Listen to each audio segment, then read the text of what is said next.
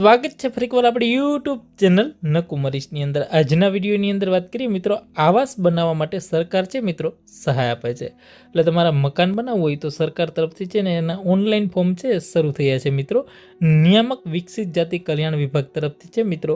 જે લોકોને પંડિત દીનદયાળ ઉપાધ્યાય આવાસ યોજનાની અંદર ઓનલાઈન અરજી કરવી હોય તેના માટે પોર્ટલ છે શરૂ થઈ છે મિત્રો, જેની અંદર મિત્રો આ ઓફિશિયલી પરિપત્ર છે તારીખ 18/2/2026નો। વાત કરીએ મિત્રો ઉપરોક્ત વિષય અન્વયે જણાવવાનું કે નિયામક વિકસિત જાતિ કલ્યાણ તરફથી છે મિત્રો જે પંડિત દીનદયાળ ઉપાધ્યાય આવાસ યોજના છે, જેના ફોર્મ ઈ સમાજ કલ્યાણ પોર્ટલ ઉપર છે ઓનલાઈન શરૂ કરવામાં આવેલ છે, જેને અનુસંધાને વર્ષ 2026-27માં જે લોકો લાભ લેવા ઈચ્છતા હોય તો બરાબર સરકારના ધારાધોરણો મુજબ ઈ સમાજ કલ્યાણ પોર્ટલ ઉપર છે ઓનલાઈન અરજીઓ મંગાવવામાં આવેલી છે, જેની અંદર મિત્રો સાબરકાંઠા, બનાસકાંઠા અને દાહોદ આ 3 જિલ્લા સિવાયના તમામ જે સામાજિક અને શૈક્ષણિક રીતે પછાત વર્ગની અંદર આવતા હોય, એટલે કે એસીબીસીની અંદર મિત્રો એસીબીસીની અંદર આવતા હોય અને આ 3 જિલ્લા સિવાય સાબરકાંઠા, બનાસકાંઠા અને દાહોદ સિવાયના જે લોકોને